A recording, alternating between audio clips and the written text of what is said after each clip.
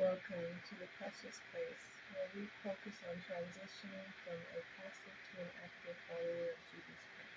In this episode, we'll be focusing on overload and burnout.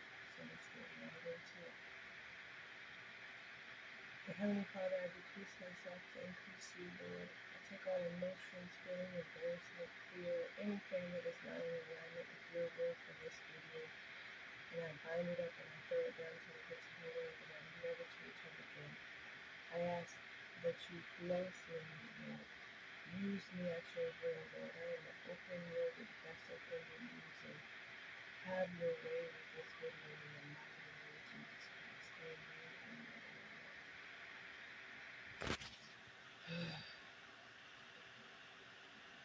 The Lord has led me down a path of learning different meat substitutes and implementing new cuisine that is on the line of veganism and totally vegan dishes.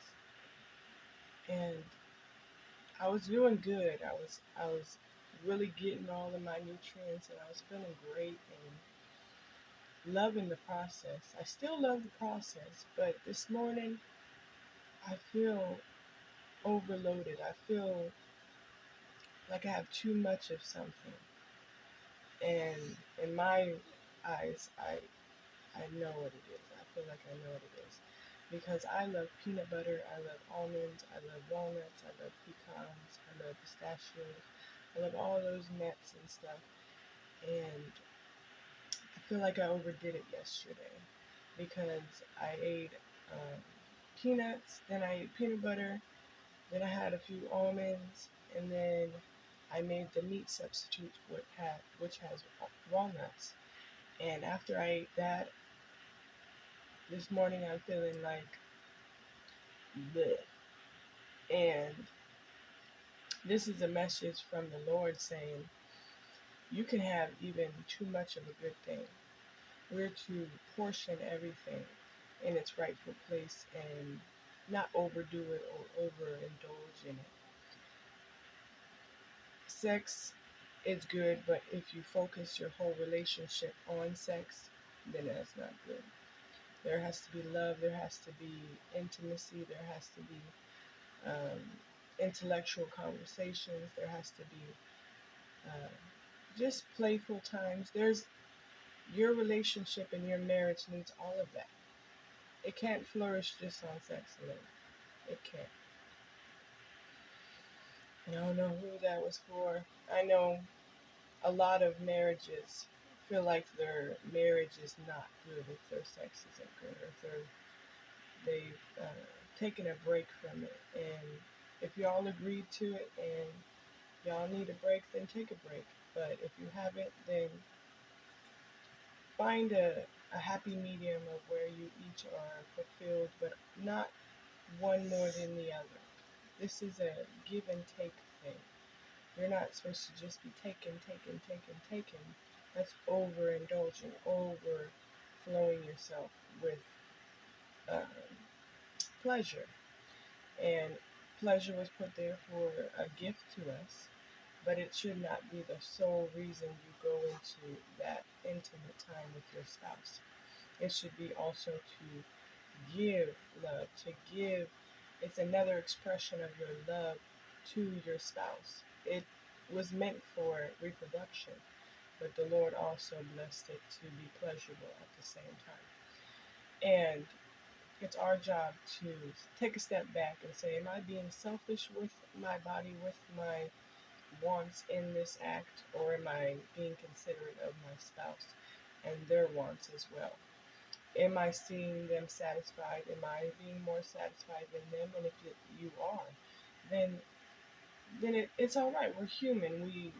We get into the routines and we're tired and things happen. But once you realize it, once the Lord has revealed to you, make it a point to tweak things just a little bit to where it's more giving to your spouse, your husband, or your wife. And it becomes more pleasurable for both of you guys, because then it's beneficial to both of you guys. And on that line, with, no, not on that line. Let me get off that line. With your children, make being a child enjoyable to them. Don't overdo your punishment. Don't overdo your discipline. Don't overdo your love. Don't overdo your coddling. Don't coddle. Don't nothing. Everything is a balance that must flow freely. Not one that is pushed because of anger, pushed because of stress, pushed because of irritation, and you wanting things to go your way and you wanting them to learn it your timing, you wanting them to obey completely, whatever it may be. Put in some time to have fun with your children.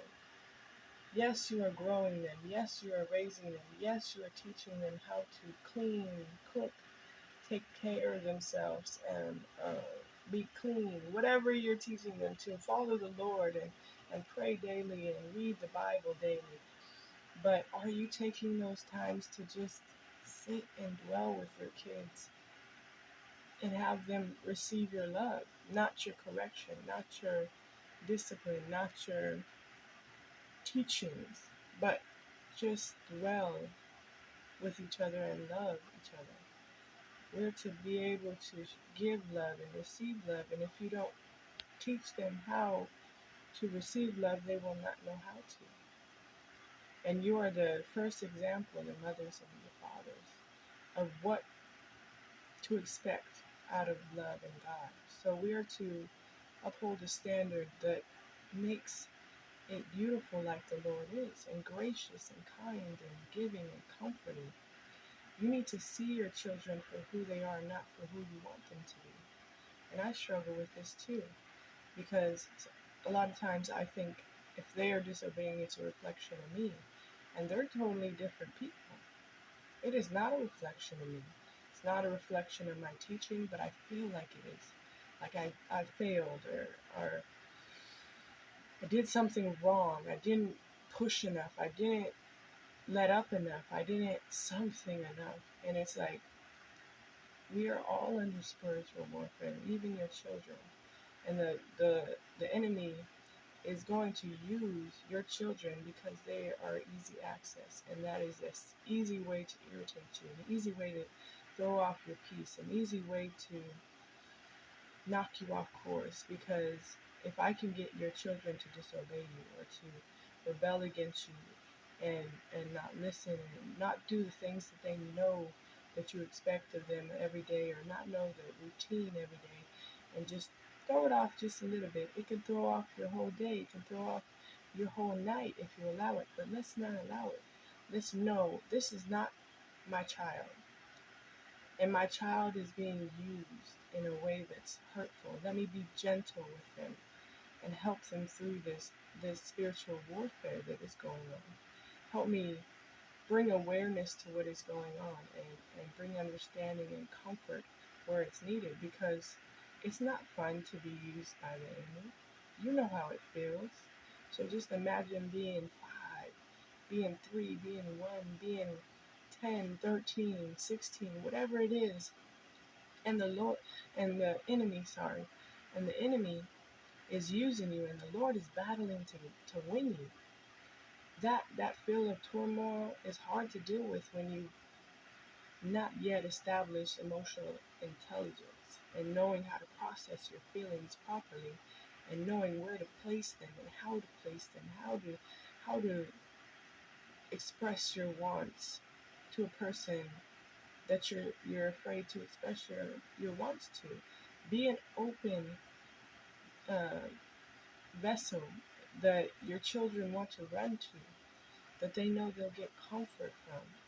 And that's what I pray for me. That's what I pray for each and every one of you guys. Because that's the least that I want. I want my children at the end, when they grow up, to always come to me and want to get my comfort. Know that they will get their comfort from me and they won't get judgment. I'm tired of letting the enemy win and me have irritation win over love. It's not beautiful like God intended our families to be. He intended you to be like him. to strive to be like him. So when your child makes a mistake that you think is big, but really in the grand scheme of life is not, be gentle.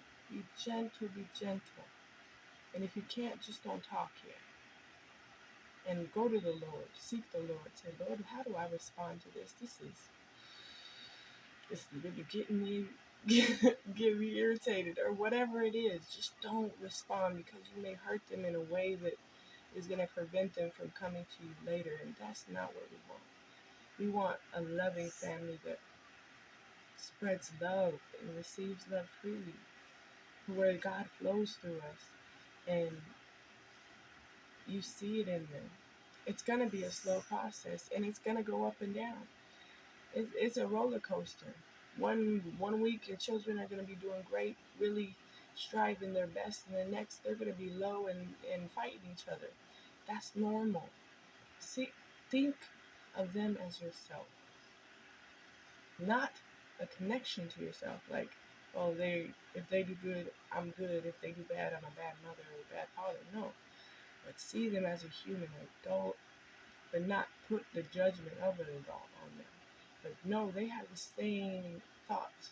They think through things. They may not be able to process them and understand them as much as we do as we grow older, but they still have the same feelings: anger, stress, anxiety, happiness, joy, embarrassment, fear.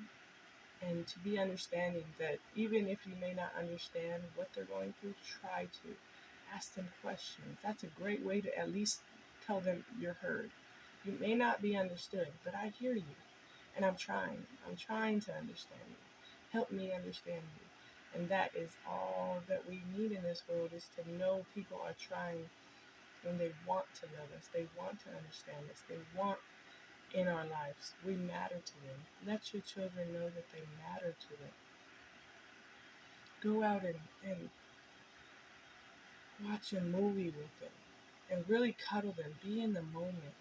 That's what I want to do with my children. I feel like I've been so focused on what the Lord has told me to do, and I'm not balancing it properly.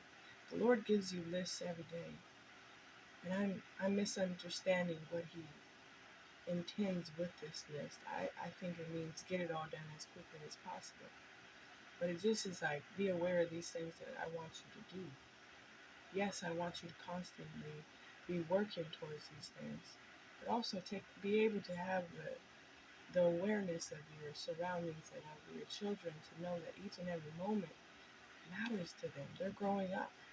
There's always going to be things that the Lord expects of you, and to balance the needs and the wants of each and every person around you, and taking a moment when you can and just sitting back. It may be 5 minutes within your day. You're cooking, you take a break, you sit down because they're crying, and they came to you and say, Mom,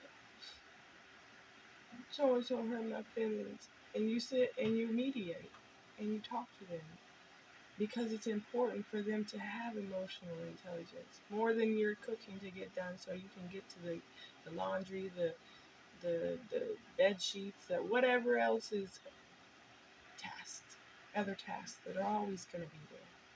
Your children are not always going to be there. Cherish them while they're here. That hurt my soul.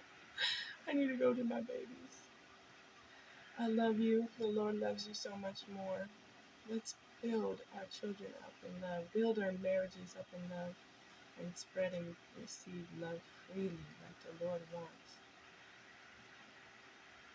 I'll talk to you tomorrow.